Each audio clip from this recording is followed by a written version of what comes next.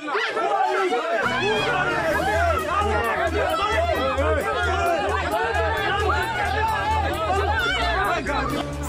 में भाजपा और तृणमूल कांग्रेस के बीच झड़प।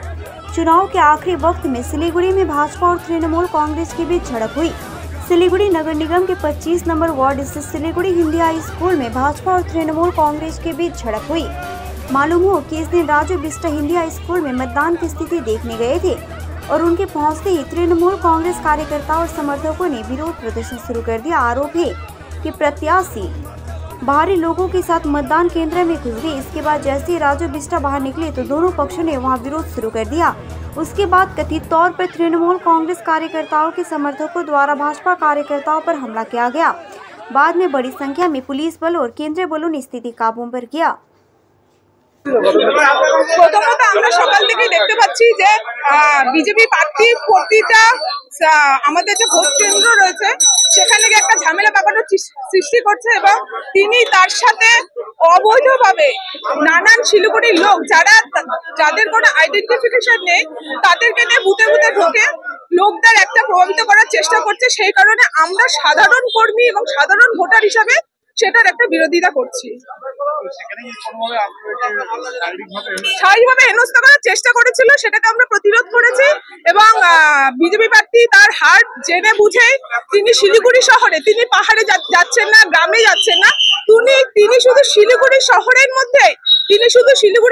মধ্যে কিন্তু সকাল থেকে অবৈধভাবে এবং ইল্লিগালি কিছু কার্যকলাপ করার চেষ্টা করছে। উনি প্রাক্তন সাংসদ বলে উনি যা ইচ্ছে করতে পারেন এবং সেটা আমরা সাধারণ ভোটার হিসেবে মেনে নেব, সেটা কিন্তু কখনো হতে পারে না।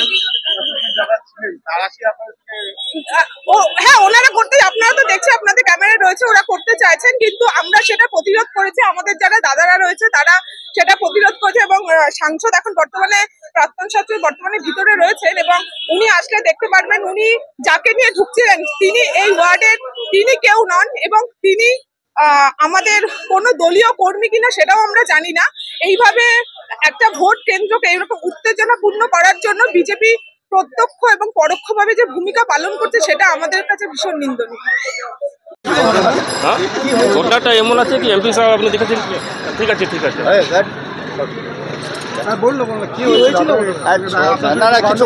কিছু হয়ে গেছে, দাদা হয়ে গেছে, আপনি প্লিজ একটু বলুন কি হয়েছিল ঘটনাটা। আপনি তো এড়িয়ে যেতে পারছেন না, আপনার নামে অভিযোগ উঠলো, আপনি এড়িয়ে যাচ্ছেন না। না এনাতে এমপি সাহেব এখানে এসেছেন, ক্যান্ডিডেট আছেন উনি এখানে এসেছেন, তো উনি একটা মাঝখানে সিকিউরিটি ওনার আগে চলে গেছে, তো উনি একেলা হয়ে গেছে। উনি বললেন কি আপনাকে একটু কোথায় বুথ আছে ওটা আপনি সুযোগ করুন, তো আমি বলছেন স্যার এখানে আপনার বুথ আছে।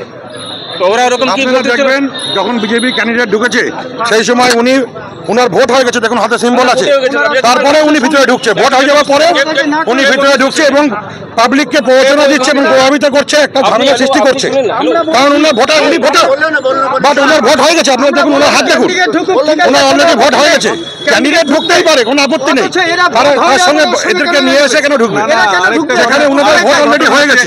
আমি একটা ভোটার, আমি ভোট দিয়ে বেরোচ্ছি, আমিও বললাম যে একটু বেরোতে, উল্টো আমাকে মারতে আসছে এই ছেলেটা।